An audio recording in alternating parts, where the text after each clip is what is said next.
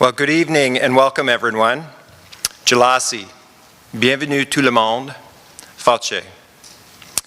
And welcome to all our guests joining us this evening online for the Brian Mulroney Institute of Government Distinguished Speakers Series. My name is Richard Eisner. I'm the Associate Vice President of Research and Graduate Studies here at StFX and the Acting Director of the Mulroney Institute of Government. I'd like to begin this evening's program with a territorial land acknowledgement. St. Francis Xavier University stands on the lands of Mi'kma'ki, the ancestral and unceded home of the Mi'kmaq. We express our deep gratitude and appreciation to the generations of Mi'kmaq who, since time immemorial, have loved and stewarded these lands and the beings that call them home. Colonization is not just history. It exists in the present tense. While we strive to decolonize ourselves and our university, we know there is still much for us to learn. We are committed to doing the hard work of self-reflection and to repairing relationships with the Mi'kmaq on whose lands we reside, embracing the Truth and Reconciliation's calls to action, and embodying their spirits in our day-to-day lives. We are all treaty people. This evening, the Brian Mulroney Institute of Government is honored to welcome Elizabeth May as part of its Distinguished Speakers Series. Elizabeth is one of Canada's best-known parliamentarians and is a lifelong environmental advocate. She served as leader of the Green Party of Canada from 2006 to 2019, and she has been the Green Party's co-leader since 2022. Elizabeth is the Green Party of Canada's first elected member of Parliament, representing Saanich Gulf Islands on the territory of the WSÁNEĆ Nation since 2011. She continues to serve as an MP and is the parliamentary leader of the Green Caucus. Born in Connecticut, she moved to Nova Scotia with her family in 1973. Elizabeth grew up working on her family's small business and a restaurant and gift shop on the Cabot Trail. She first became known in the mid-1970s for her leadership as a volunteer in the grassroots movement against proposed aerial insecticide spraying on forests near her home on Cape Breton Island, a thing I remember very well as a young child growing up in Nova Scotia. Her efforts helped prevent aerial insecticide spraying from ever occurring in this province. After receiving her law degree from Dalhousie University, Elizabeth was admitted to the bar in Nova Scotia and Ontario and began working on behalf of consumer, poverty, and environmental groups as the Associate General Counsel for the Public Interest Advocacy Centre. She also worked extensively with Indigenous peoples around the world, including for Canadian First Nations. From 1986 to 88, Elizabeth served as Senior Policy Advisor to Federal Environment Minister Tom McMillan in the Brian Mulroney government. She was instrumental in the creation of several national parks, including Guayhanas in Haida Gwaii. She was also involved in negotiating multiple pieces of new legislation and pollution control measures, including the Montreal Protocol to protect the ozone layer. Following her work with the Minister of the Environment, Elizabeth served as Executive Director for the Sierra Club of Canada for 17 years. She has served on the boards of numerous organizations, including the International Institute for Sustainable Development, as Vice Chair of the National Roundtable on Environment and Economy, on the Earth Charter Commission, co-chaired by Maurice Strong and Miguel Gorbachev, and is currently a Commissioner of the Earth Charter International Council. Her environmental work has been profiled in numerous documentaries, including the final episode of the acclaimed CBC series, Canada, A People's History. Elizabeth is the recipient of many awards, including the Outstanding Achievement Award from the Sierra Club in 1989, the International Conservation Award from the Friends of Nature, the United Nations Global 500 Award in 1990, and the Award for Outstanding Leadership in Environmental Education from the Ontario Society for Environmental Education. She has also received the Harkin Award from the Canadian Parks and Wilderness Society in 2002. In 2005, Elizabeth May was made an Officer of the Order of Canada in recognition of her decades of leadership in the Canadian environmental movement. A proud mother and grandmother, she lives in Sydney, British Columbia with her husband, John Kidder. Elizabeth is the author of 9 books, including her most recent revised book, Climate Change for Dummies. Following Elizabeth's lecture this evening, a Q&A session will be moderated by Dr. Adam Lajeunesse, coordinator of the Public Policy and Governance program here at StFX and research fellow with the Brian Mulroney Institute of Government. We would like to acknowledge and thank Dr. Anna Juslag, program and research manager at the Brian Mulroney Institute, for organizing this evening's event. Please join me in welcoming Elizabeth May, who this evening will present her lecture, "The Planet is on Fire. Can the Canadian Federation respond, or do our provincial-federal squabbles threaten our future?" Welcome, Elizabeth.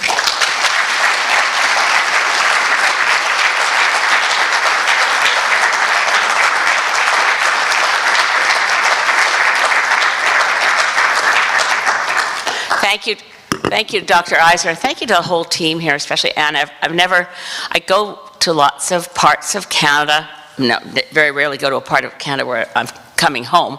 But usually what happens is, you are in a university or another facility, and people are great. But I have to say, this has been an exceptionally lovely experience the last couple of days, giving lectures to classes here.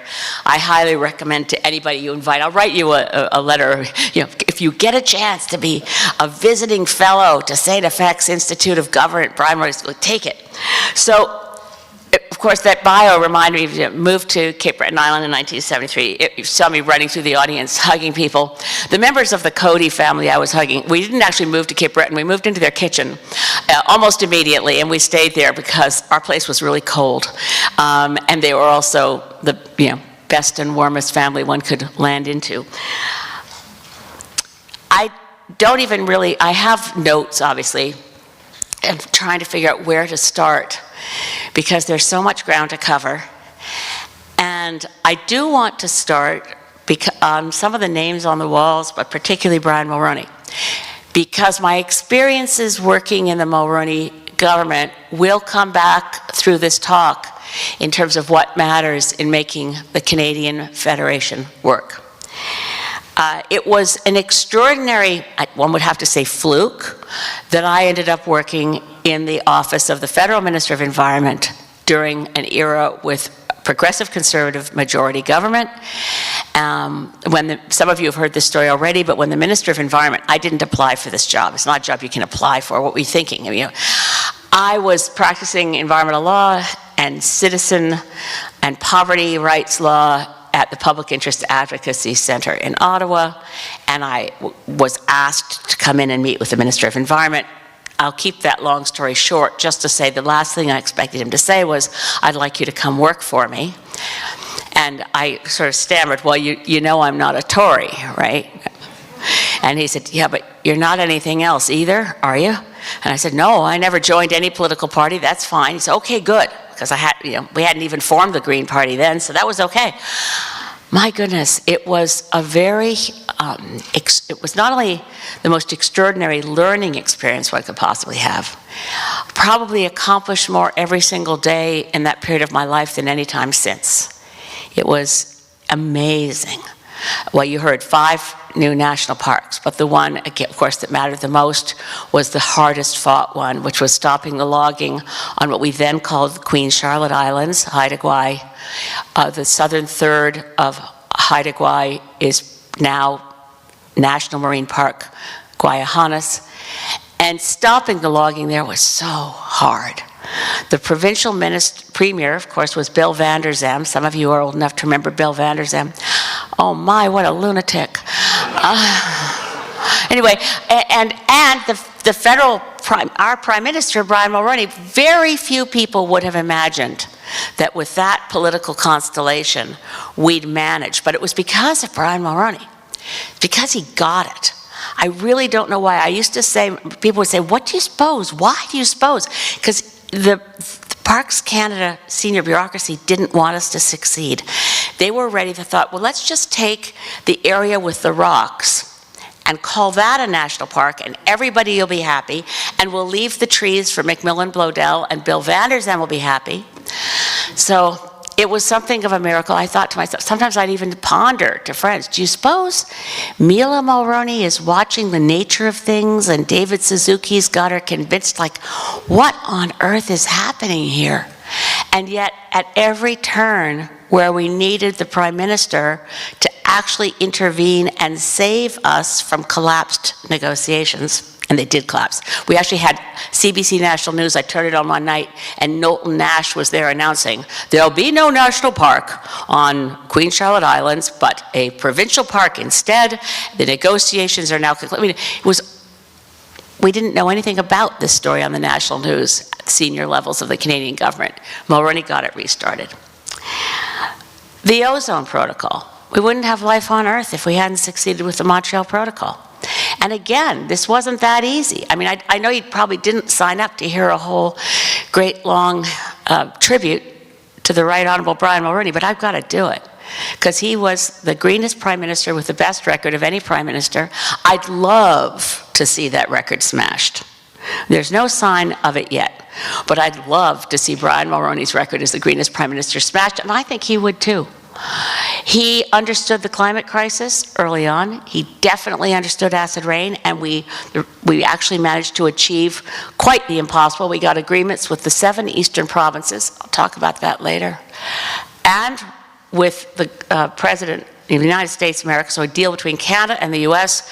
And when Mulroney started raising acid, well, when Canada started raising acid rain with Ronald Reagan, he told people and the media, of course, that acid rain was caused by ducks.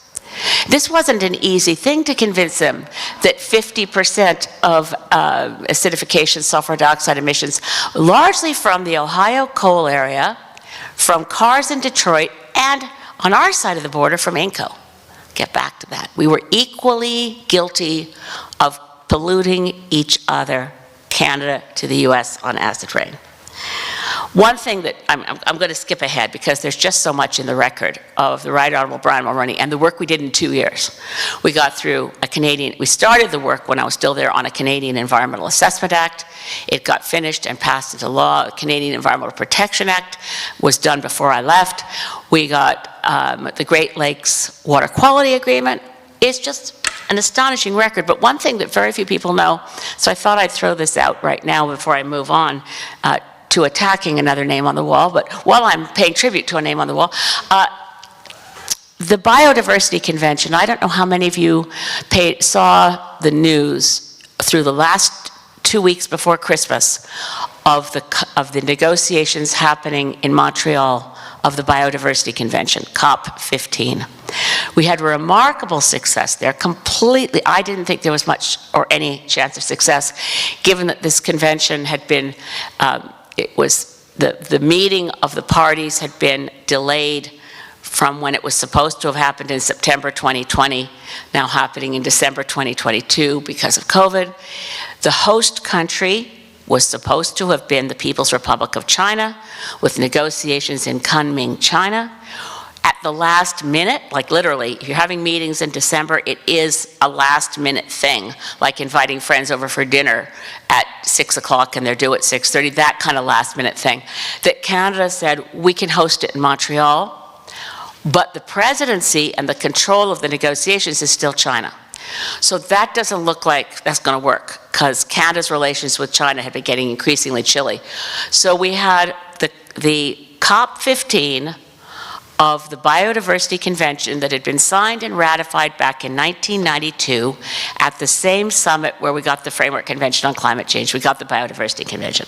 But I did think it was worth mentioning that we would never have had the Biodiversity Convention if Brian Mulroney hadn't stepped up fast, because George Bush, the first, not W, but the father, had announced in the lead up to the opening that the United States would not sign the Biodiversity Convention.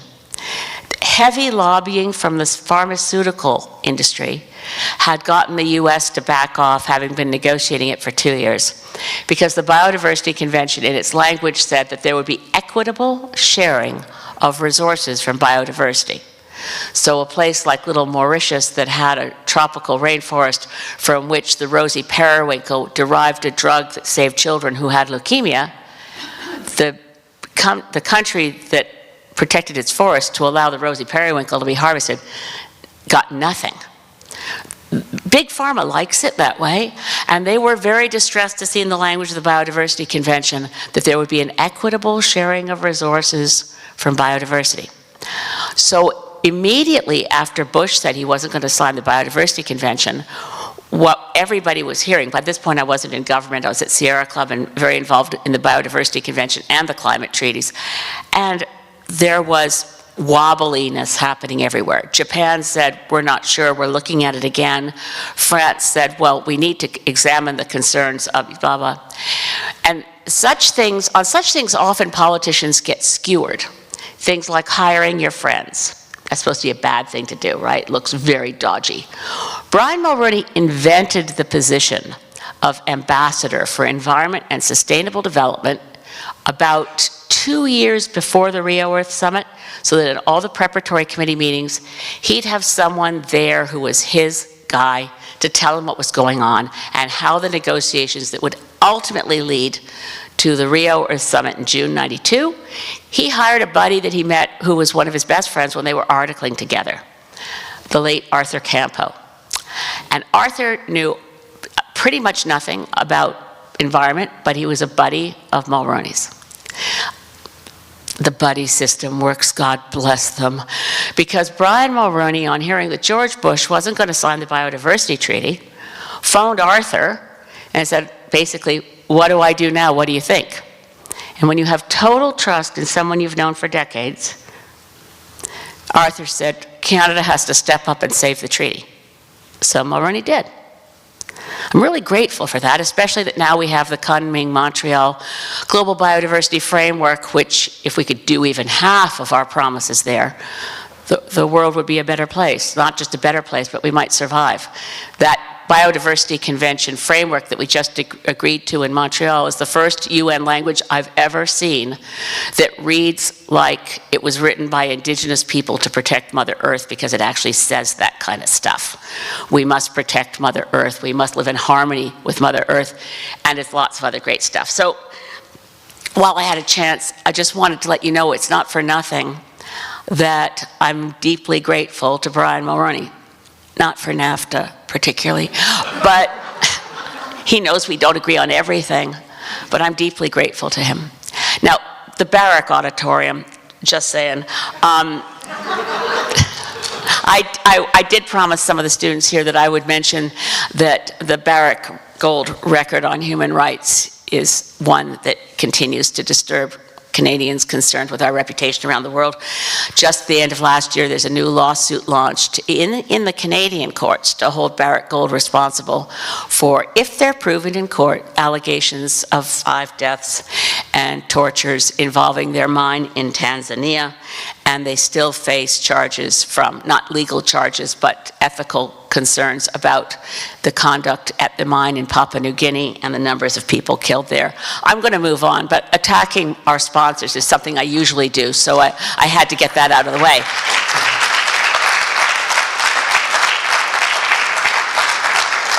So, to the topic of tonight, I start with the words of Greta Thunberg.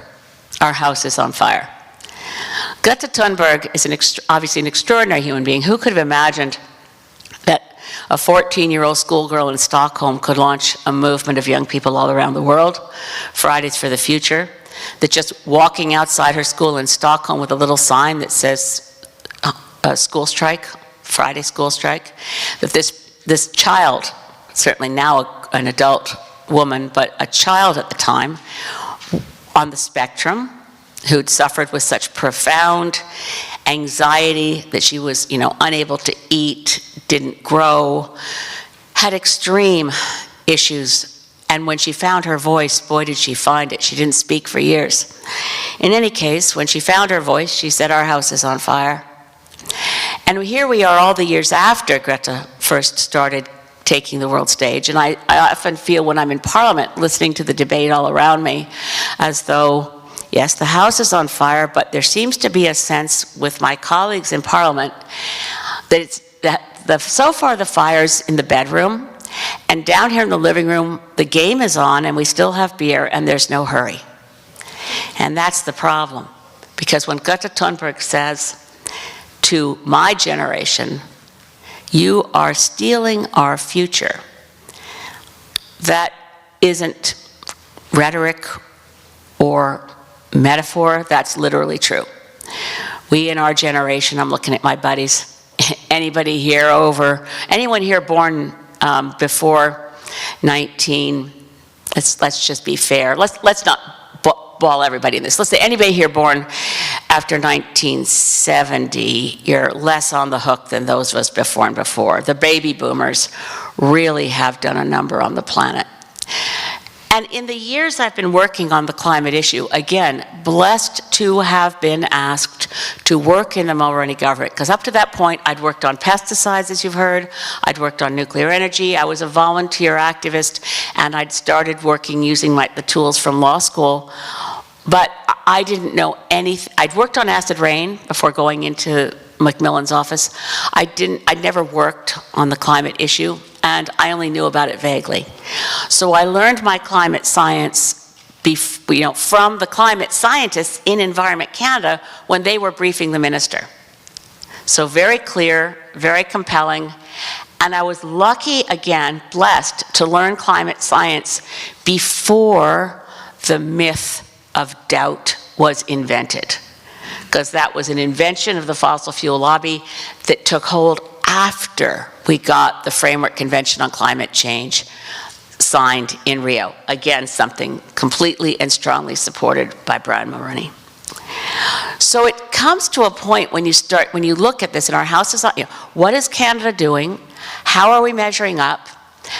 And after working on this issue since 1986 and since 1992, when we promised and signed a legally binding treaty that we would reduce greenhouse gas emissions and move to protect forests, because at that point, when we signed at the Rio Earth Summit, signing the Framework Convention on Climate Change, we had a good sense that roughly 75% of global warming was caused by burning fossil fuels, and roughly 25% was from removing the carbon sinks found in forests. So we had both of those things on the agenda.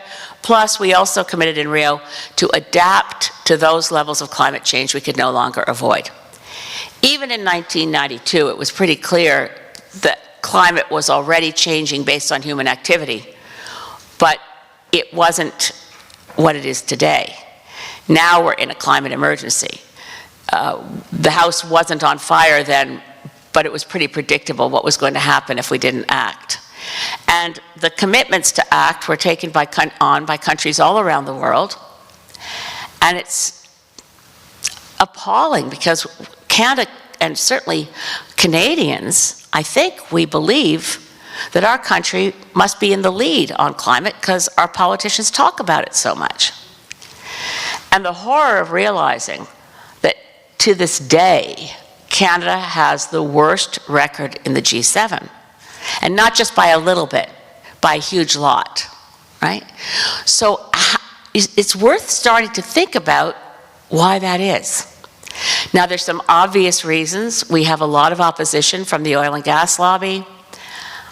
There's certainly, it's a hard issue to change an entire society from relying on fossil fuels for just about everything to recognizing we need to phase them out altogether. But something put me in mind of another problem we face that we don't talk about much. And it came to me particularly recently in reading the report of Mr. Justice Rouleau about the use of the Emergencies Act. And that may seem like a bit of a step as I've gone non sequitur on you, but this is what he said, quote, "Preparing for and responding to situations of threat and urgency," I think the words threat and urgency definitely apply to the climate crisis, "situations of threat and urgency in a federal system requires governments at all levels to rise above politics and collaborate for the common good." And then he notes, of course, in relation to the protests and the occupation of Ottawa, in January and February of 2022, this did not always happen. But I started thinking about it and wondering, does it ever happen? How how is Canadian federalism working these days? One way of asking it is, do we think like a country? Or do we think like a bunch of balkanized different jurisdictions having turf wars? In the case of healthcare, the one thing that will unite all the premiers, regardless of whether the Premier of British Columbia is New Democrat and the province of Ontario is led by Doug Ford, they bond like crazy glue if they want to attack Ottawa. There's nothing much else to agree on between those guys, but they're prepared, 10 premiers from the 10 provinces and 3 territorial premiers are prepared at the drop of a hat to get together and say, oh, we need more money, it's all Ottawa's fault. Now, it's not as if it's never Ottawa's fault, but I looked at the healthcare dollars recently and realized that from the year 2020 till, rather the year 2000 to now, federal healthcare transfers to provinces have gone up 4-fold, but provincial spending on healthcare hasn't. The money rather disappears into other pockets provincially, and there isn't accountability for federal healthcare transfers to the provinces. Some of the many, so that's one area where I think, what's happening to federalism? I mean, in fact, the province of British Columbia, an NDP government recently, we caught them, providing provincial subsidies to privatized medicine as provided by privatized clinics run by such folks as Shoppers Drug Mart and TELUS. That's not exactly Tommy Douglas, is it? So, then we look at climate, and this is what I want to spend more time on, and how to make the Federation work. If we look back, and it struck me forcibly the other day, of course the record globally isn't good in terms of where greenhouse gases are going. When we gathered in Rio in June of '92, we knew that we had to act because since the beginning of the Industrial Revolution, roughly 100 years before, we had been burning coal, discovered oil, burning oil, running all of our machines on fossil fuels, and ramping it up all the time. So that we knew that from the beginning of the Industrial Revolution until 1992, humanity had already impacted the chemistry of the atmosphere, had already changed the atmospheric chemistry in terms of physics and chemistry, and that we had to stop and act. So it was not just a sickening feeling, it was a deep panic when I found out not long ago, probably in 2015, that between when we signed the Framework Convention on Climate Change in 1992 and scarcely, not even 30 years later, we have emitted as a species more greenhouse gases than between the beginning of the Industrial Revolution and when we promised to cut back in 1992. What has Canada been doing? Well, the Framework Convention on Climate Change is all premised on cutting emissions based against a 1990 base year as a reference point. If you look at the European Union, which has been the most successful in reducing greenhouse gases, and they negotiated as a bloc in Kyoto, which was pretty interesting because that's 28 countries and 24 official languages, and they negotiated as a group what their Kyoto target would be. They tried to push the world to deeper targets. Actually, the EU went into Kyoto saying the world must reduce emissions 15%, 15%, below 1990 levels, and do it by 2012. That was the opening bid from the EU. But pushback from the US and Canada and other countries, we got different targets for everybody. Canada agreed to a 6% reduction, and we forced the EU to reduce how much it wanted to emit and make it 8% for the EU, 6% for us, 5% for the US administration, Clinton and Gore. The EU left Kyoto as a bloc, went back to Europe and divvied up the target. Within 6 months, they had agreements from disparate, I mean, it's a lot of different countries, sovereign nation states, right? not like the difference between Saskatchewan and Alberta. Sovereign nation states all got together and agreed, Germany will cut more, UK will cut more, France will cut more. We know Poland isn't really ready. We'll transfer money from the richer countries in the EU to the poorer countries in the EU. So where are we right now? The European Union is now 34% below 1990 levels. Canada left Kyoto, and no agreement between provinces, territories, and the federal government to this day. 6 months for the EU sovereign states. I find that just astonishing. So where is Canada now? Okay, so against 1990 levels, these are the graphs I brought. They were very expensive to put online. At 1990 levels, EU 34% below, Canada, even after pandemic, 18% above. And now, of course, we're going back up again because we're getting back in our cars. An interesting point, by the way, on greenhouse gas emissions and pandemic, because I think it's important to stop blaming citizens for climate change and blame the people responsible. But for all of 2020, in COVID's first round of global lockdowns, we know that billions of people weren't flying, and they weren't driving very much. The air got crystal clear in places that had, you could see from Delhi, you could see the Himalayas. That was never something that could have happened in normal use of fossil fuels.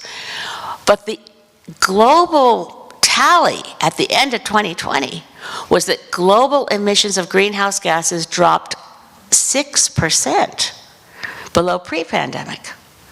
So as much as we're harangued, and I'm one of the haranguers, don't drive your car, walk to the corner store, all good advice. But that's not our problem, what we do when we have discretion to make choices. Our problem is an element that I now think we should refer to as organized crime, which is the fossil fuel industry. There are villains in this story. They have names, they have addresses. Imperial Oil in Canada, subsidiary of ExxonMobil. In the scheme of fossil fuel companies, there are some that really were honest early about how dangerous this was. I'd say British Petroleum is one of those. Shell was more honest. ExxonMobil and Imperial Oil knew exactly how dangerous climate change was and spent a lot of money to convince the public that there was no threat. So, I don't think it's too much to call them an organized criminal class. But getting back to the Federation and getting back to this contrast with Europe, we right now in Canada, we have so many interprovincial barriers that trade within Canada is harder than trade within the EU. Why is that? Makes no sense. You can't get wine or beer from one part of the country to the other. Not that that's our most critical issue, but I've often said I wouldn't mind a pipeline from BC to Alberta, just bringing those poor thirsty Albertans some BC wine. But pipelines running the other way full of bitumen, not so good. We don't have an easy way for all of Atlantic. We can't even do it when I say easy way. Hydro-Quebec has more than enough decarbonized electricity for the Maritimes, right? But it hits a pinch point in Moncton, and that's as far east as it can go. What sense does that make? Can Hydro-Quebec not export electricity? Of course it does. It sends it south to the US. By the way, this also has a salutary effect on equalization payments, because if Quebec is selling its energy within Canada, it's booked differently, and it affects equalization payments, so they don't get as much money. But that's true also for Manitoba Hydro, selling south to the US. BC, same, south to the US. What about the east-west grid? Because to solve the climate crisis, we're going to need to electrify a whole lot more, which means we need 100% decarbonized electricity, which we can do. We already are 70% decarbonized in Canada in terms of the renewable energy we rely on.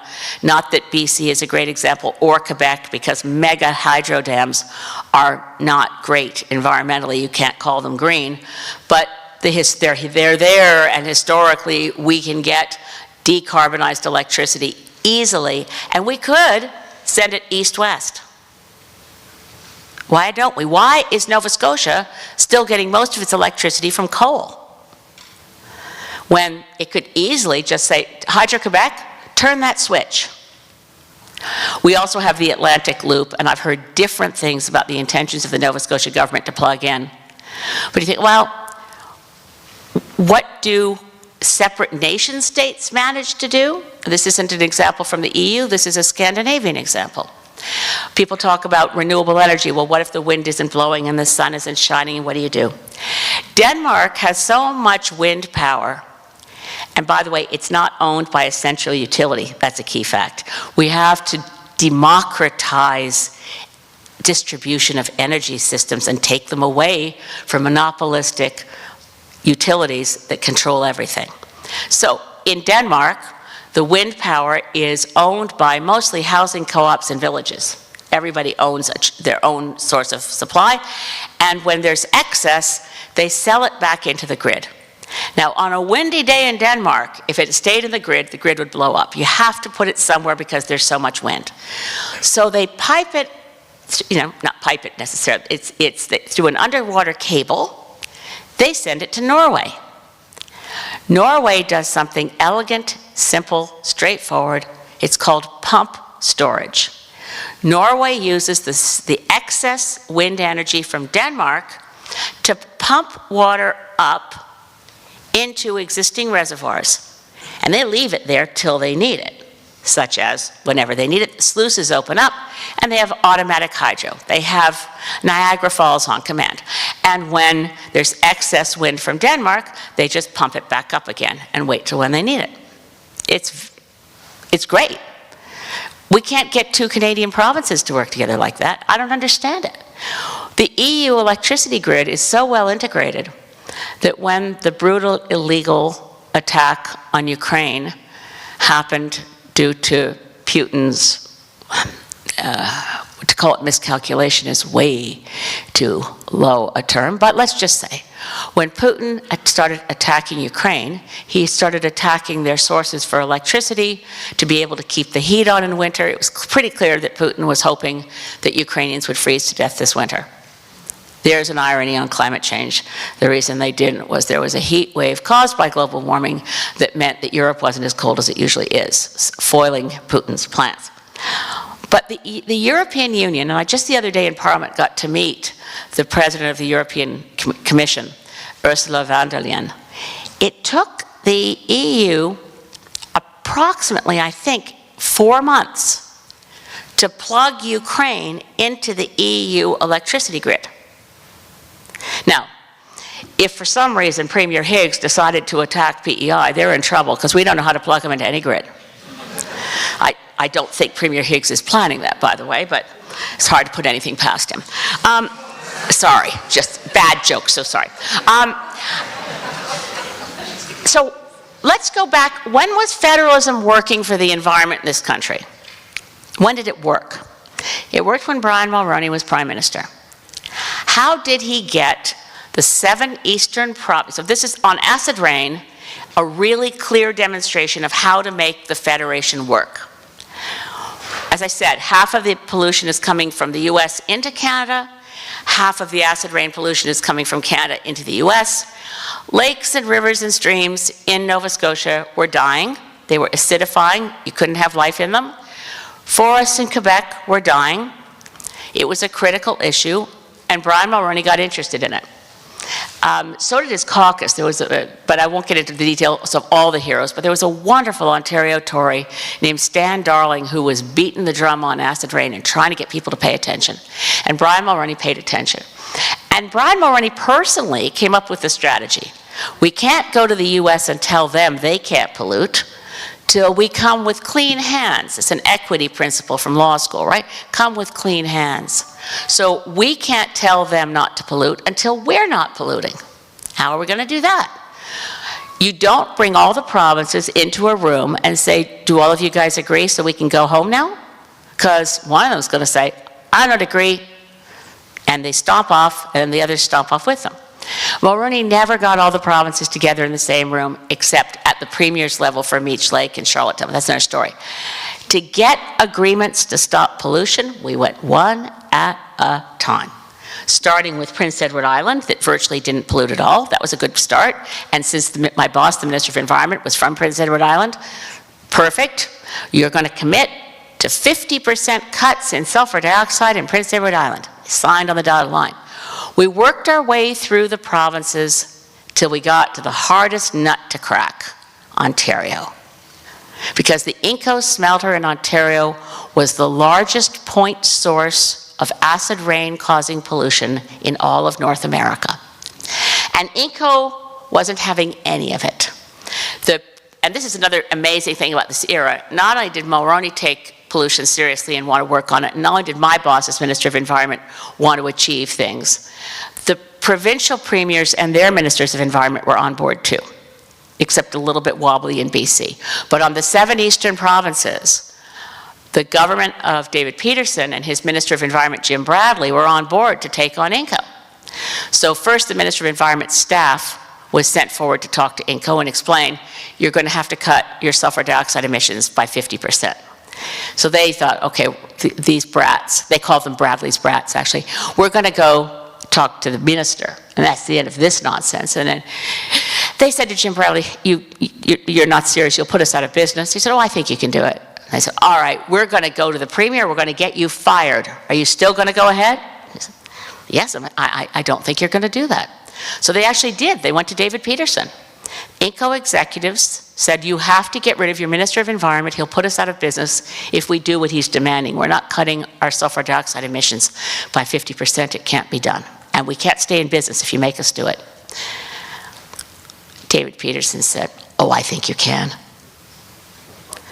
In this day and age, I can't think of political leadership that would be able to stare down an industry executive threatening job blackmail. These days, our politicians cave like a house of cards if you blow on them. I don't know what's wrong with them. But anyway, when they handed out the backbones, these guys missed the trick. But anyway, Mulroney, David Peterson, they stood up. In the case of Inco, which is fascinating, Inco put scrubbers on the smokestacks. They captured the sulfur. It became a new profit center for Inco because they sold it. They made more money than ever. And then we had the deals we needed with 7 eastern provinces signed, sealed, and delivered for 50% reductions in acid rain causing emissions. And then Mulroney worked his, and this is all charm, all a charm offensive. He got Ronald Reagan to agree to 50% reductions in the US against the interests of the car guys in Detroit and the Ohio coal guys. It was all charm. When Irish eyes are smiling, God bless them. So, how are you going to get the provinces to agree? How are you going to show leadership on the climate issue? And I think you have to look at what works and what doesn't work. And we know what doesn't work because it's what Canadian governments have been doing since 1992. Jean Chrétien had great promises for reducing greenhouse gases, promises that were in excess of what, at that point, Kim Campbell was offering in that election. But as soon as, some of you will remember this because you're really political, as soon as Anne McClellan, another great maritimer, as soon as Anne McClellan won a seat in Edmonton as a Liberal with, I think, 17 votes. The joke at the time was Landslide Annie.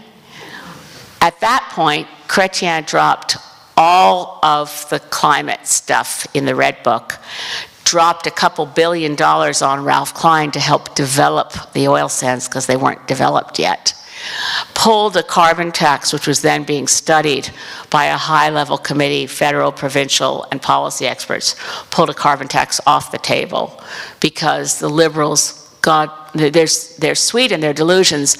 They keep thinking they're going to win seats in Alberta. That's why we approved the Kinder Morgan pipeline. That's why we bought it. And at this point, the Trans Mountain Pipeline being built with our money because it's a Crown corporation, the price tag, which was $5 billion when Kinder Morgan first went to the NEB for their permissions, and I remember because I was an intervener against them doing that, the price tag was $5 billion. It's now $30 billion, and it's a Crown corporation, so that's money taken from us to build a pipeline that Kinder Morgan, and tell you they get some things right at Kinder Morgan, they knew that that pipeline was an economic loser, and they were dumping it while they had the chance. Okay, so how do we get the Federation to work? I think it has to start with learning from history, and that means we have to figure out how to think like a country. And the federal government has to act with the kind of leadership and collaboration. I mean, Mulroney wasn't picking fights with provinces, but he wasn't caving either. You have to show the kind of leadership and collaborative spirit that gets other partners on board. The order of government in this country that does the very best job at collaboration on climate is municipal governments right across the country, regardless of where they are. They've been working through the Federation on Canadian Municipalities for a long time. Alberta municipalities, it doesn't matter. Okotoks, oh my gosh, in Alberta, their installation of solar energy, looking at your power bills in Nova Scotia, a big installation of solar just went into Okotoks at less than 3 cents a kilowatt hour. Solar power is now cheaper than coal, and yet here we are in this province burning coal. Municipalities can work together. Canadians can work together. God knows we care about each other, even when we have divisive events like how people feel about mask mandates. Fundamentally, Canadians care about each other. Communities rebuild. If someone needs help, we show up. How do we get provincial governments and the federal government to act as if they understand that this is a country, not a bunch of balkanized small turf wars? For that, I think we need to draw lessons from another institute not far from here, the Coady Institute. I think we need to look at principles of social justice, at how an economy can be run where people do care for each other, where there isn't a mercenary, predatory impulse behind entrepreneurship, but one to lift everybody else up through social justice, to have businesses that make sense, that take care of each other, that take care of neighbors. I don't think it's too idealistic to think that we need a good dose of Coady thinking, of Monsignor Moses Coady and Father Jimmy Tompkins from Margaree, who took in the 1920s and the 1930s ideas about collaboration and cooperatives and excited the world, that spoke to the United Nations, that spawned movements right across this country.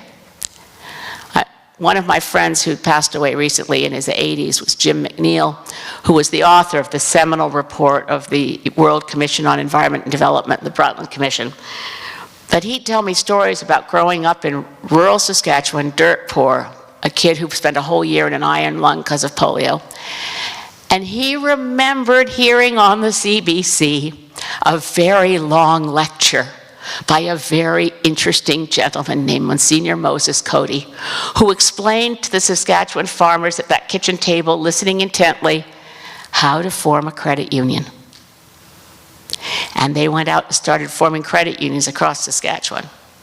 Now, no one great man theory of history really works, but that was a movement, the Antigonish movement. And I've been thinking about this a lot since I was asked to come speak here. We have an institute of government with a lot of good thinking going on, honoring the legacy of Brian Mulroney. And we have a Coady Institute for social justice, for cooperation, for a new approach to an economy that lifts everybody up.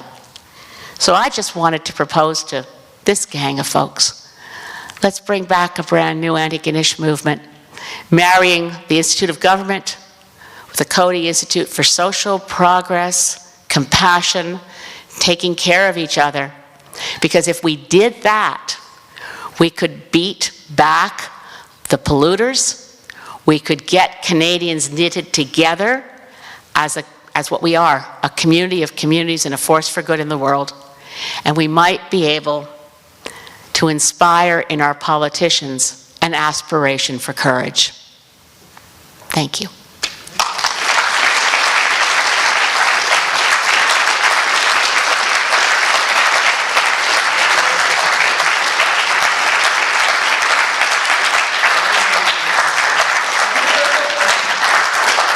Well, thank you, Elizabeth, for that wonderful talk. As Richard mentioned earlier, my name is Dr. Adam Lajeunesse. I'm the chair of the Public Policy and Governance program here at StFX, and I have the honor of coordinating the Q&A session today. Dr. Kickert will be a bit of a runner who will move the microphone about to who needs it.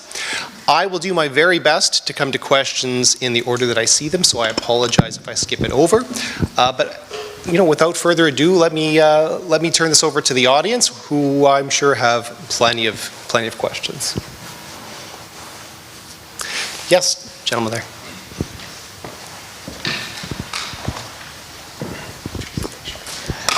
Test. Forgive me if this is an awkward question at all, but I'm sure this is something people will ask me when I tell them about this. But is the fact that this presentation is taking place in the Mulroney building affected the presentation at all? Sure, I don't talk about Brian Mulroney every time I open my mouth, but I often do. I often do, and I've written articles all over the place, because if you're looking at what works and what doesn't work in political leadership on environmental issues, what Brian Mulroney did, objectively speaking, on climate, on acid rain, on ozone, on lead and gas, there's a long list. Well, objectively speaking, what he did worked. And since then, we have had prime ministers who aspired to do well on the environment. I think that was the intention of Jean Chrétien, certainly of Paul Martin, certainly of Justin Trudeau, and not at all of Stephen Harper, who I think, I don't know why Stephen Harper actually is against the environment, like in a really, again, I have the empirical evidence for it, I don't understand why, but most Canadian political leaders actually think that they care about the environment. They just don't think it's very important compared to other issues, and if they do care about it, they back off as soon as, for instance, on fossil fuels, as soon as Alberta says, you know, no damn way, they say, oh, sorry to bother you.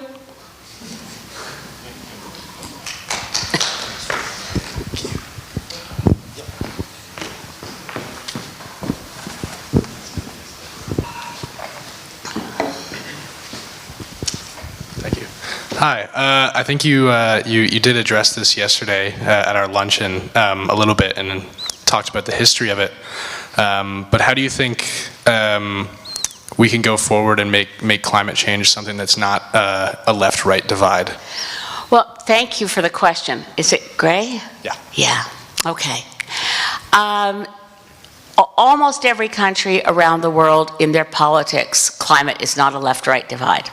It wasn't, obviously, when Mulroney was prime minister, clearly right-wing, but committed to climate action, and he actually was promoting internationally the idea of a law of the atmosphere to take the steps that had been made on acid rain and the steps that were made on ozone and bring that into climate. So where did that start going wrong? In the UK, it never did change. So the Climate Accountability Act, passed under the Labour government of Gordon Brown, was respected and continued to be implemented by Theresa May, no relation. So there was no change in the trajectory of greenhouse gases in the United Kingdom continuing to fall. Obviously, big difference in the US, and that's, I think, what drove the fissure in Canada.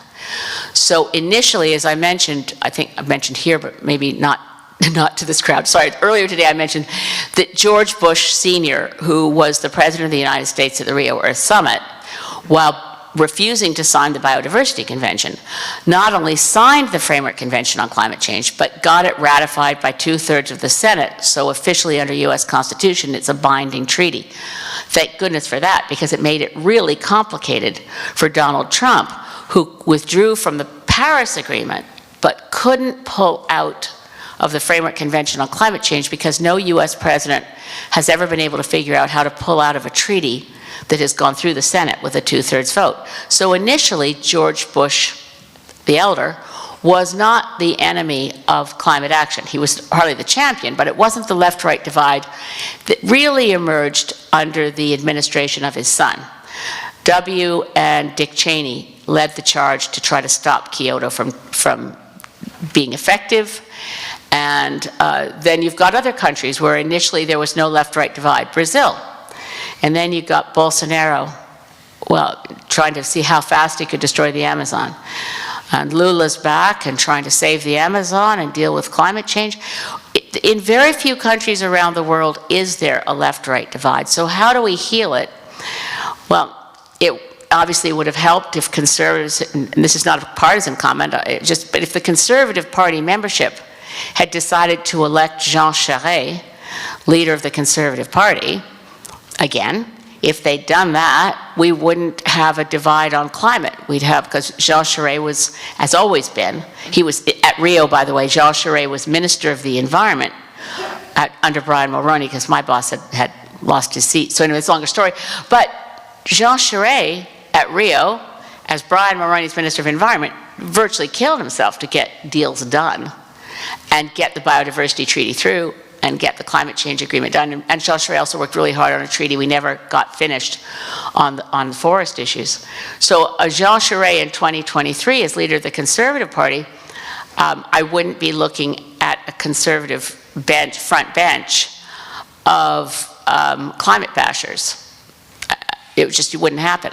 So it's very, again, in terms of my theories of history and political events and movements, I could be wrong. I know there's much deeper thinkers out there who think about Hegelian movements, and there's no one person or great man theory that works. But over and over again, what I've seen happen in my lifetime is the right person at the right time, by fluke, serendipity, or divine intervention. They're there to make a good thing happen. And it really is the case, I think, that it matters who's got the spots, when they've got them, when there's time to get stuff done. Disastrous for Canada's environmental record at every level that Stephen Harper was put in power, sadly, tragically, by the NDP working with the Conservatives and the Bloc Québécois. To defend the NDP, my NDP friends, they never thought he'd be able to keep power for so long and do as much damage as he did. But it was based, again, we talked about this earlier too, first past the post makes really good people do crazy things because they don't want to lose a chance to make the other side, team, whatever, look bad every chance they get. So the NDP didn't want to take a chance on Paul Martin actually delivering on Kyoto and looking good for it. So they brought down his government on the opening day of the climate negotiations, November 28th, 2005, at COP11 in Montreal.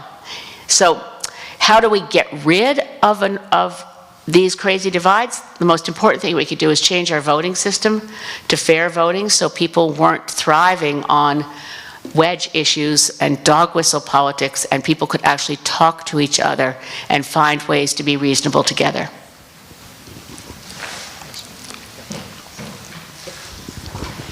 Hello, I am a Green voter, and I believe that in the most recent election, the Green Party was better positioned than ever to capitalize on this massive wave of understanding how important climate change is. It's not just a fringe issue, it's a dominating issue. This massive wave of green investment, yet it feels like to me that the party was sidelined to issues that seem to me peripheral to the green movement. I think you would agree with me that what we need now more than ever is somebody to capture the green voice in Canada. So I have two questions. The first one is, do you think the Green Party is still capable of capturing that green voice? And my second question is, how does the Green Party avoid making the same terminal mistake twice? I don't think there's any chance at all that because Jonathan Pedneau and I are now co-leading the Green Party, we would do what our former leader did, which was think climate change wasn't an important issue because it didn't resonate with the voters in Toronto Centre. That's what I was told. I've never said this publicly, I'm going to get in huge trouble, my God. But I was told the reason we weren't putting out a press release is 619 British Columbians died in 4 days in the heat dome, was it just wasn't a priority right then. So again, the right person at the right time, or the wrong person at the right time. I'm hoping, and I hope it's not hubris or ego, but we are rebuilding across the country. It hasn't been a good couple years. It isn't about me, I swear to God. I need, as a grandmother, to put my energies in climate activism in a way that I think will make a difference in the world. I don't see any of the other parties understanding climate science sufficiently to be responsible grown-ups in the room, to make sure that when the house is on fire, you get the kids out and call the fire department. These are basic things you have to do. And Greens won't be distracted by any other peripheral concerns ever again, because we're not just one person, we are a movement. And the leader of the party isn't the boss. That's one of the things that happens, and that's good. We're a grassroots movement that happens to be a political party, and we're not, the last election was never to be repeated.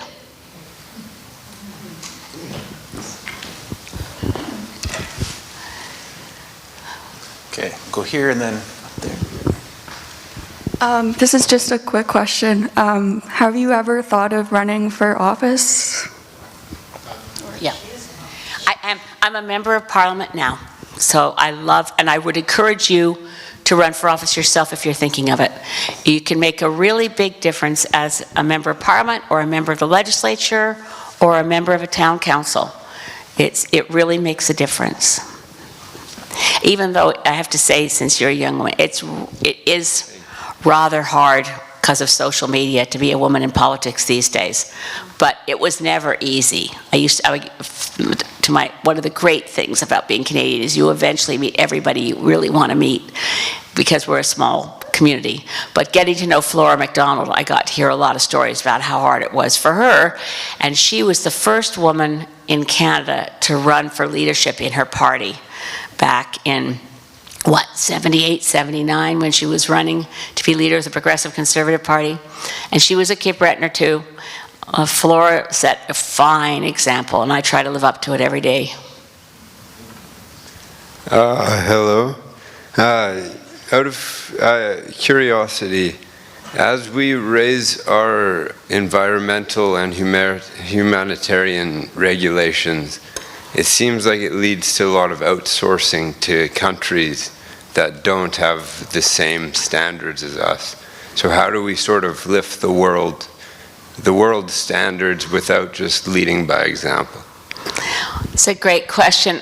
Just to mention, Canada's overseas development assistance right now is extremely, like climate, where we think we're great climate leaders, we're not very generous either. We think we're generous, but on overseas development assistance, we're trailing after, I think of donor countries, I think we're below 20th right now. The most generous countries are Denmark and Sweden and Germany. And in any case, you're right about the outsourcing. You're right about when you offshore your pollution, and you also misuse the workers who are producing what we consume because it's cheaper in other countries.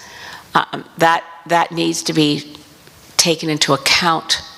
One of the biodiversity treaty discussions that we were having in Montreal was some of the countries where Green Party friends of mine are members of their council, their cabinets in countries.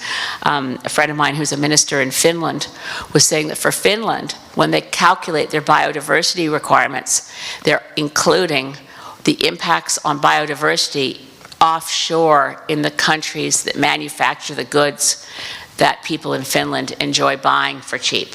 So they incorporating the whole picture of supply chains and making sure that we're not abusing. I mean, we're still colonial, we're still exploitative, it's still what it is, and we need to move away from that and make sure that every single person on earth enjoys rights to water, rights to food, rights to shelter, and the rights of the child also require that we've signed on to the International Convention for the Rights of the Child, but we don't honor it, that every child has the right to education, a right to enjoy play, I mean, Canada's great on committing to lofty goals where we have not a stellar record of living up to it. But the pathways are there. And again, they go back to, when will we stop celebrating the number of billionaires on the planet and start celebrating the end of hunger? That's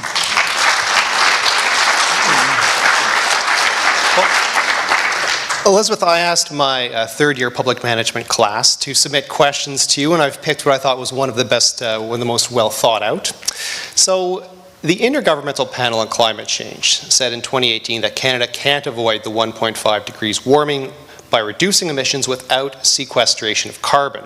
Now, you have called that technology fraudulent. So I'm wondering, how do you justify that stance against that investment in carbon capture and storage, despite the fact that some of the scientists are saying that this is something that we should be moving towards?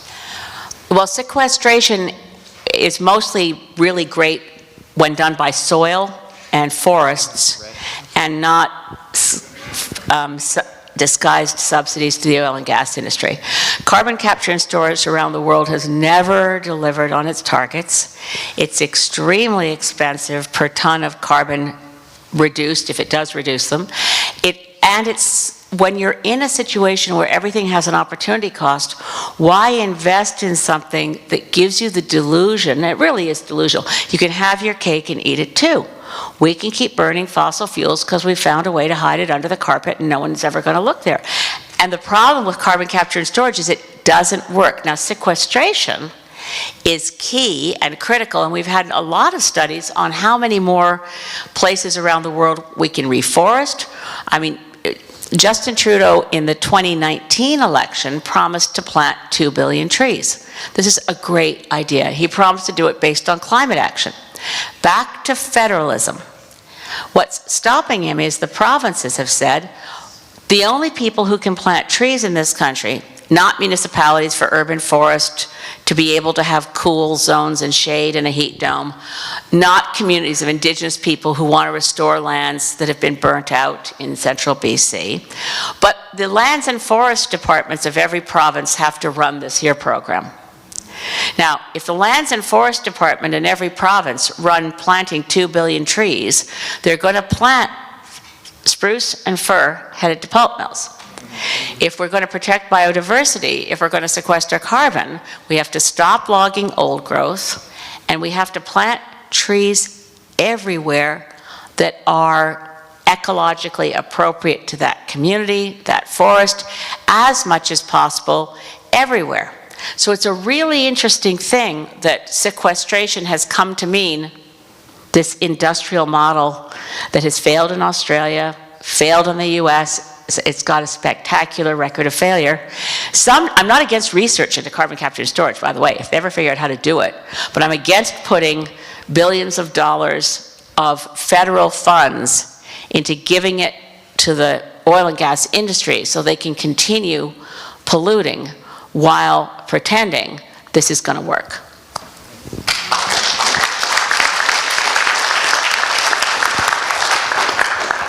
Hello, Elizabeth. I met you in Port Alberni, the former home of one of the worst forest companies in Canada. Yeah. They're all gone, but the old growth is still disappearing. Mm-hmm. Are we going to see that stop in the Amazon, or are we going to see that disappear in our lifetime? The Amazon? Too, yeah. The Amazon is in real trouble because there are tipping points that can happen where we don't know how we hang on to the Amazon from things that have already started. But to the extent that one of the other key things I should mention out of COP15, the biodiversity meeting that happened in Montreal, and one of the key factors in saving ourselves, recognized in COP15's agreement, is Indigenous sovereignty. So the more that Indigenous people have sovereignty to take back the Amazon, to take back old growth forests in Canada, preserve and protect them. I mean, when you start really looking at forests, and I discovered this when I was in the Amazon, and I've discovered it in coastal forests of British Columbia, people might ask, well, why is it that this particular distribution of plants seems to predominate along this particular area? Then you start realizing these are gardens Indigenous people for millennia have been planting certain medicinal plants where they can get them along a route that they're walking. Indigenous sovereignty and land back will help us restore our forests more than anything that a government can think up. I'm really convinced of that. I don't think it's just hyperbole. Yeah.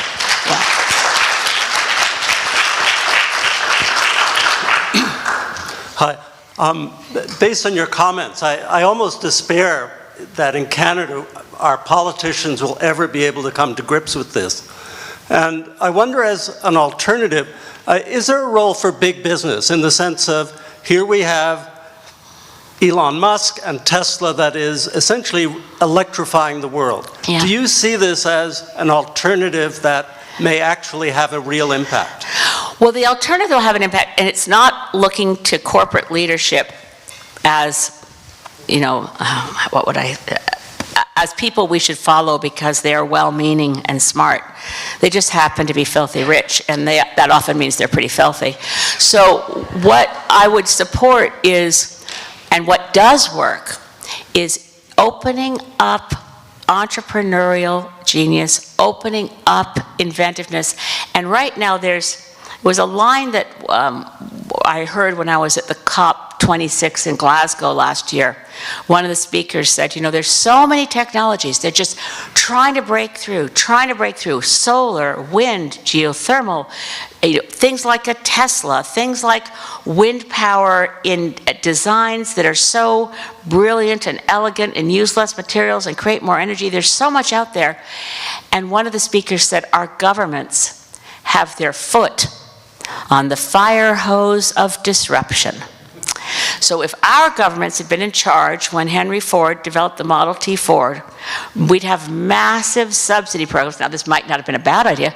Massive subsidy programs for people who made horses and buggies, massive subsidy programs for the people who made horsewhips, and keep out the car. That would have been not a bad idea. But when you have technologies that move fast, they move so fast that you can't adjust. No government could regulate. But by the way, you can find this online if you want to, I don't want to use the word Google, find any search engine and look for Easter Sunday Parade 1913 in New York City and Easter Sunday Parade 1923. I think those are the right dates. And in one gray old black and white print, you look down Fifth Avenue and the question is, spot the car. Because what you've got clogging the streets are horse and buggies, and there's one car.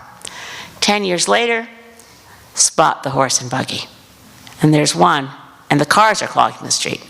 That's just because it was a new technology that everybody wanted, and it replaced the horse and buggy really fast.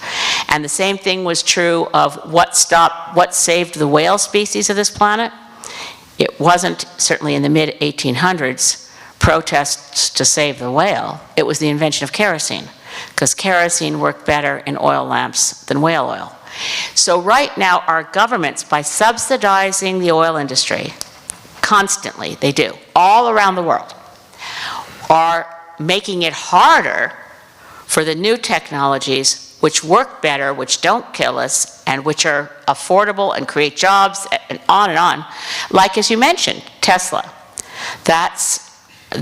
Those are just better gizmos, better gadgets, and people want to buy them, and the disruptive impact of that is why we really need to have programs for oil sector fossil fuel workers, because we don't want them to suddenly find themselves, as our fisheries workers did here in the early 90s, when the cod moratorium was called, 30,000 people were put out of work.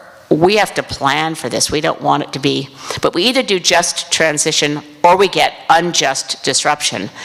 We just have to get our governments to take their foot off the fire hose of disruption and let industry and technology come up with what they have already developed, and they just want to get it out there.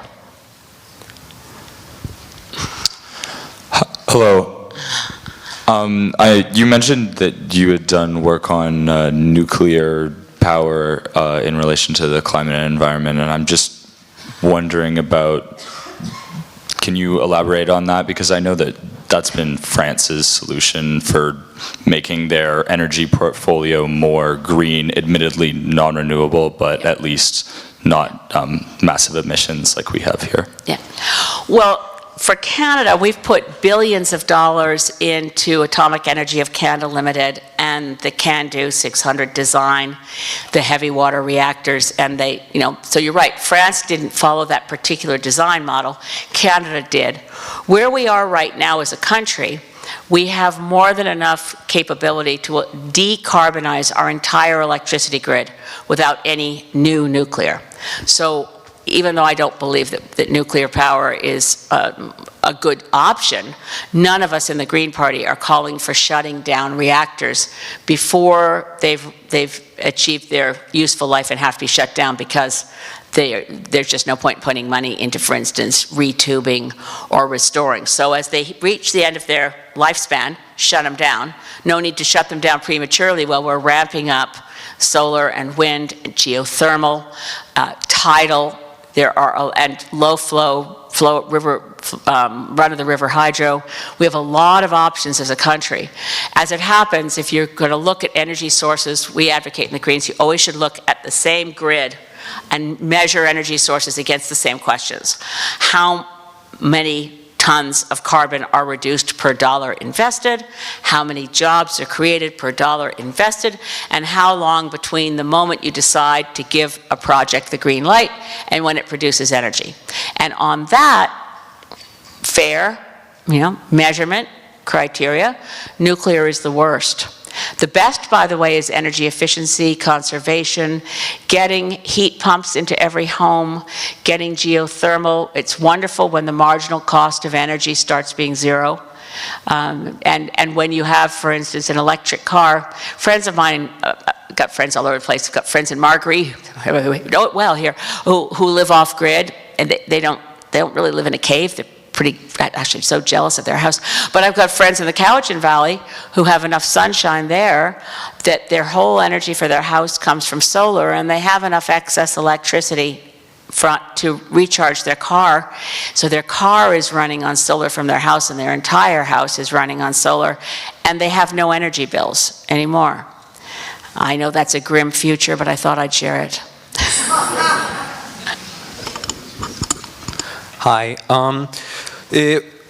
Brian Mulroney is often called the Green Prime Minister in Canada. You certainly mentioned him as a person who stands up for the environment. However, Brian Mulroney was also a very primordial agent in the neoliberalization of the Canadian economy, which has significantly complicated the ability of the Canadian government to regulate a market logic around environmental solutions and a growth mindset around, again, environmental solutions. So I was wondering what you think about the role of Mulroney's neoliberal policies in the Canadian government's ability to respond to our climate crisis effectively. At this point, I think I did mention earlier that trade liberalization has been a huge problem in environmental protection and also on responding to the climate crisis. NAFTA, I'm not a fan of NAFTA or now CUSMA, but I'll say the bigger trade problem isn't our domestic trade rules, and it really needs to be called out, so I'm glad you asked the question. Under the General Agreement on Tariffs and Trade, which came about at the same time as the other Bretton Woods institutions of the International Monetary Fund, the World Bank, the General Agreement on Tariffs and Trade wanted to make sure it was easier to sell goods from one country to the other, and there would be less trade protectionism blocking out other countries. The GATT, not to get this into too long a GATT lecture, Article 20 of the GATT said no trade rules should be used to obstruct decisions by governments that are taken in the legitimate interests of protection of natural resources / environment. What happened in the Uruguay round, which is really interesting, the Uruguay round of the GATT spanned exactly the years that we were negotiating the treaties for Rio. And in 1987, I mentioned how enormously successful the Montreal Protocol to protect the ozone layer was. And under Mulroney, Canada championed making sure there were enforcement provisions in the Montreal Protocol, and that if any country violated the Montreal Protocol, every other country in the protocol could apply trade sanctions against whoever was cheating. That was brilliant, and it worked, and it's one of the reasons the Montreal Protocol not only stopped the destruction of the ozone layer, but the ozone layer is repairing itself, and it happens that quite a number of ozone-depleting substances, not all, but many, are also greenhouse gases, so the Montreal Protocol has also been very effective in reducing greenhouse gases in certain categories, obviously not overall and not to keep the planet from going above 1.5 or 2. But I think it's significant that as Prime Minister, Mulroney had no trouble at all with using trade sanctions to enforce the ozone treaty. By 1997, at the Kyoto negotiations for the Kyoto Protocol, Canada went to those negotiations with our Minister of Environment saying, if trade sanctions are included, Canada won't sign. That's why, not just Canada, countries all around the world changed their tune with the creation of the World Trade Organization, which happened at the midpoint between the Ozone Treaty and the Climate Treaty. At that midpoint, the WTO came along, and they never made a ruling, by the way. They just created a committee called the Committee on Trade and the Environment. Now, I don't mind that idea. I thought it would be a really good idea to find out how many trade deals are hurting the environment. But you won't be surprised to hear that that's not what the WTO committee asked. They asked, how many environment treaties are hurting trade? And they pushed back so that every trade minister at every cabinet table all around the world told every environment minister at every cabinet table all around the world, you're not getting to put enforcement mechanisms in treaties anymore if they affect trade. So ever since then, environmental treaties have had no enforcement. Is it any surprise that you get more action when you have a threat of enforcement than we? On climate, they're legally binding treaties, but under the Paris Agreement, swear to God, the only enforcement mechanism in the Paris Agreement is group shaming. We're tracking you. We're going to have what's called global stock taking. The first global stock take convention is next year in, God help us, Dubai. But anyway, to your point, look, Brian Mulroney's neoliberal agenda is not going to get any support from me. But I think in fairness, one has to also appreciate the extraordinary environmental achievement. By the way, he also got Nelson Mandela out of jail and helped end apartheid for real, and I think that's something to be remembered. So, as consumerism and consumption of resources is one of the largest root causes of climate change and a lot of our environmental exploitation, do you think that moving away from consumption-based economies or moving away from constantly seeking economic growth through consumption is a solution? And if you do think it is a solution, do you think it's possible globally? What's necessary has to be possible.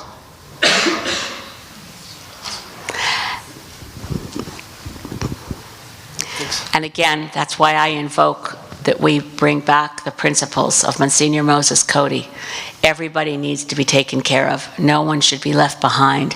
And a working wage for everyone is essential. And we really, we've talked about minimum wage for years. And I'm not just kidding about billionaires. Canada now has, I don't know, I checked the other day because I thought, I knew we'd gotten more billionaires. It is kind of a plague. We now have 60 billionaires in Canada. $1 billion is 1,000 million. And most of these billionaires have more than 1 billion. Back to Elon Musk. You know how he keeps wanting to go to Mars? I want a GoFundMe campaign to get him a one-way ticket.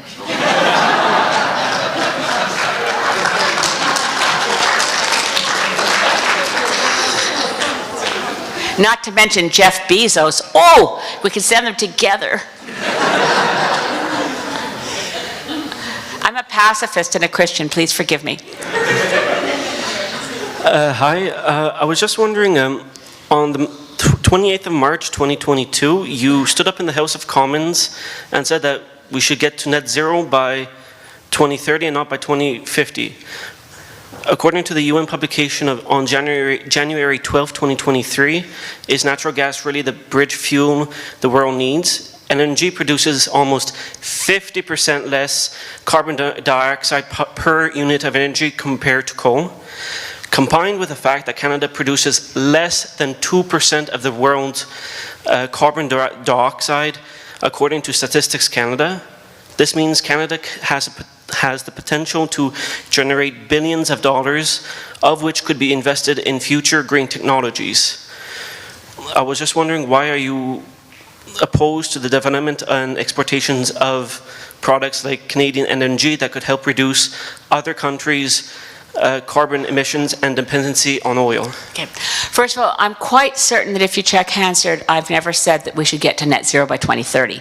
I've said we should get to 60% below 2010 emission levels by 2030. 60%, and by the way, Canada's emissions, even though it sounds small compared to other countries, we are still, in terms of volume, not per capita, volume, we're one of the 10 biggest polluters on Earth. And that doesn't count what we export to other countries to burn. So right now, the day after the IPCC issued its last warning, in which the Secretary General of the United Nations said any new fossil fuel development is economic and moral madness.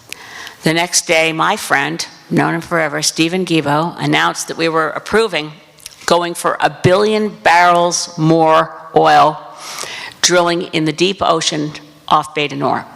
Now, in terms of LNG, it has a very good sales job about how burning it has less carbon dioxide emissions than coal. That's true. But you have to look at the whole life cycle. And if it's fracked, the fracking of the ground, the emissions of methane that are fugitive emissions mean that there's a much bigger carbon footprint from LNG than advertised.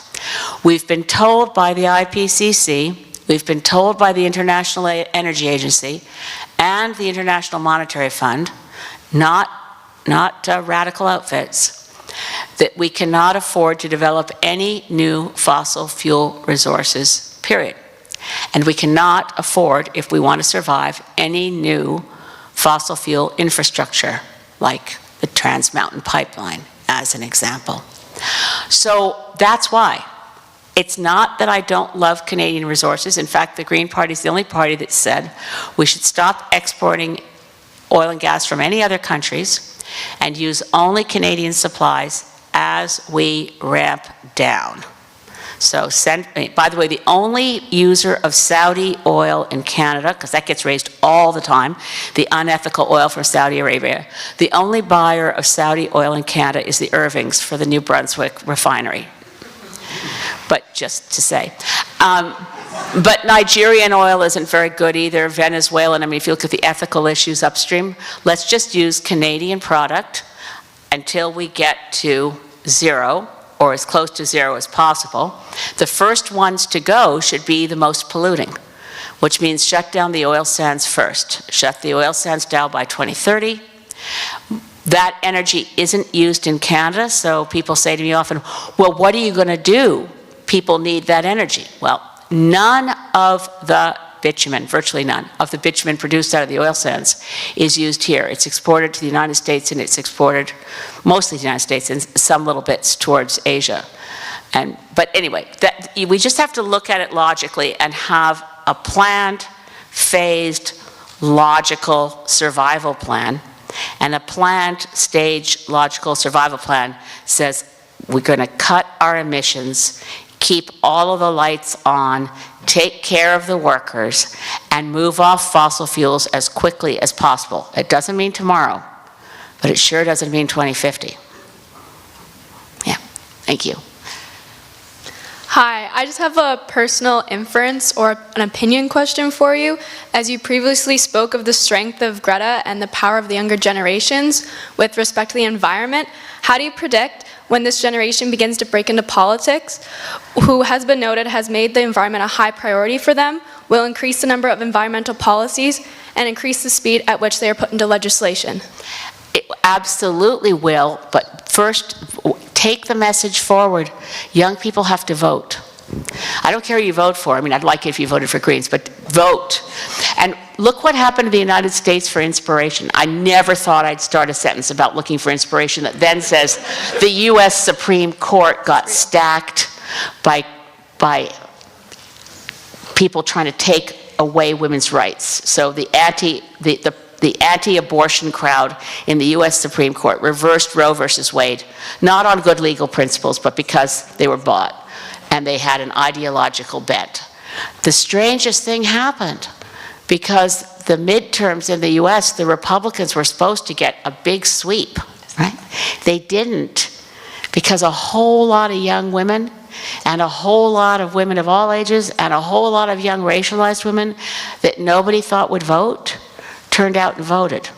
So we know for sure there's huge power in the youth vote.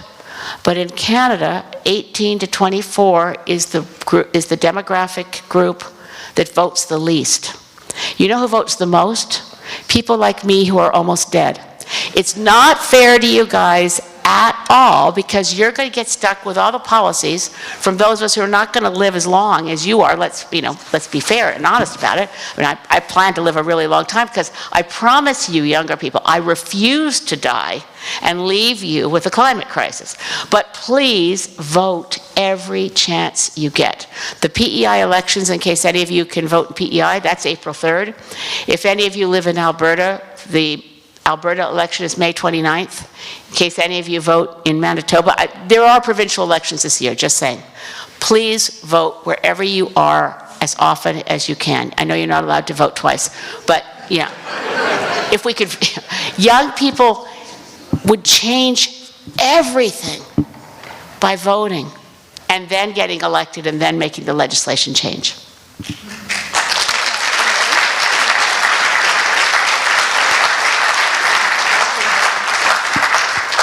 Hi. I was just wondering, what are your thoughts on the Willow project, and can Canada do anything about what's going on with the Alaska oil project to help improve the situation? It's pretty depressing, honestly. I'm going to be meeting Joe Biden next week. It's not like a personal meeting that we're going to sit down and have a chat, but he is coming to Parliament Hill, and unlike Stephen Harper, credit to Justin Trudeau, he treats every visit by every world leader as visiting our House of Commons. So every party leader and our speakers get to meet whoever's visiting. I'm so angry at Joe Biden over this. It's a real betrayal. It's drilling on public lands, which he said he wouldn't do. But again, remember what else, my graph? Okay, so Canada's 18% above 1990 levels, European Union 34% above 1990 levels, the US 3% above 1990 levels, and committed to dropping to 50% below 2010 levels by 2030. So they're making big strides. It's hard to forgive this betrayal. But some of my friends on the US side of the border are saying that by the time they get all the permits and start to drill, it will be so uneconomical to pursue that oil that they'll give up on it. But I don't like relying on that kind of answer. I think it's awful. But both sides, Republicans and Democrats in Alaska and the Inuit people of Alaska, supported the project. God help us, but it's he approved it. What are you going to say? It was a terrible decision. But it's a shock. I think Joe Biden has been a big shock for Canadians so far, because he actually keeps his election promises. Shutting down the Keystone Pipeline, I can tell you the House of Commons was in a tailspin. How dare he? Well, he promised it in the election campaign. The Canadian Parliament, you won't believe it, the only people who voted against forming this committee were the Greens. Every party supported. When Biden canceled the Keystone Pipeline, there was now a need for a special committee to study Canada-US relations to defend Canadian interests that was set up. And I thought, this is craziness. The whole time Trump was in the White House banning Canadian steel and aluminum, we never formed a special committee to deal with the way the US was treating Canada. But, so I have a lot, so up till this horrible decision this week, and watching John Kerry lead the US delegation in various climate negotiations, I've been super grateful for what they've been doing, but this is awful. Yeah. I was wondering if you could speak more on the exciting prospect of green hydrogen. I know it's of interest to you, but I feel like it hasn't been getting nearly as much attention as it should be from the media. Thanks for the question. Green hydrogen, there's several kinds of hydrogen. When people talk about blue hydrogen, they're just basically saying we're going to keep using fossil fuels and find a way to take some of the molecules to make hydrogen. So for those of you who haven't thought about hydrogen much, it's not so much an energy source as it's a way of conveying energy. So hydrogen can be made by any kind of other energy. You can make hydrogen, as Bush did for a while, from coal. And then your hydrogen that you end up using is bad for the environment. You can make hydrogen from parts of the molecules that come from developing fossil fuels, and you've got some byproducts of well, basically naphthalene and other chemicals. You can make hydrogen out of that, and then you can convey it. Green hydrogen is the most exciting. You can make green hydrogen from wind-generated power, solar-generated power, wave and wind-generated power. You can just make hydrogen as long as you have an energy source. Now, the new project that was announced recently with the EU and Newfoundland and federal government, that's pretty exciting. But what dwarfs that green hydrogen a lot is a big play that India has made in billions and billions of dollars to try to dominate a global market and produce green hydrogen faster and cheaper than anyone else. So the race is on a lot of really interesting technologies. And in Canada, we tend to be, well, our media doesn't really look around the world a lot to tell us what's going on. So the idea that India could get ahead of us on technology is not something we hear. All we hear is India keeps building coal plants. Oh, that's true. They're still building coal plants. But they just invested a monstrously big sum of money, which is great, on green hydrogen. And by the way, if anyone wants to read, while I'm talking about India, visions of ministry for the future are coming up in my mind. If you want to read a book on climate that's ultimately hopeful, but extremely gripping, and you have to get through the first chapter, which involves a heat dome in India. But Ministry for the Future is a really interesting read, and it looks at that. Where around the world are you going to see the next play that makes a big change globally? And, well, I didn't, thanks for the question. Well, Elizabeth, we're actually at that time of the night. We've run out of opportunities for questions. Let me take this opportunity to thank you so much for coming all the way out, sharing your time, your wisdom, and giving us a really, really engaging, very thought-provoking talk tonight, and a very small token of our appreciation from the Mulroney Institute of Government. It's Stephen Harper's autobiography. No, no, thank you again. Thank you. I don't run a show that I should say something more, but I don't know if you like it. No, you got it covered. Thank you.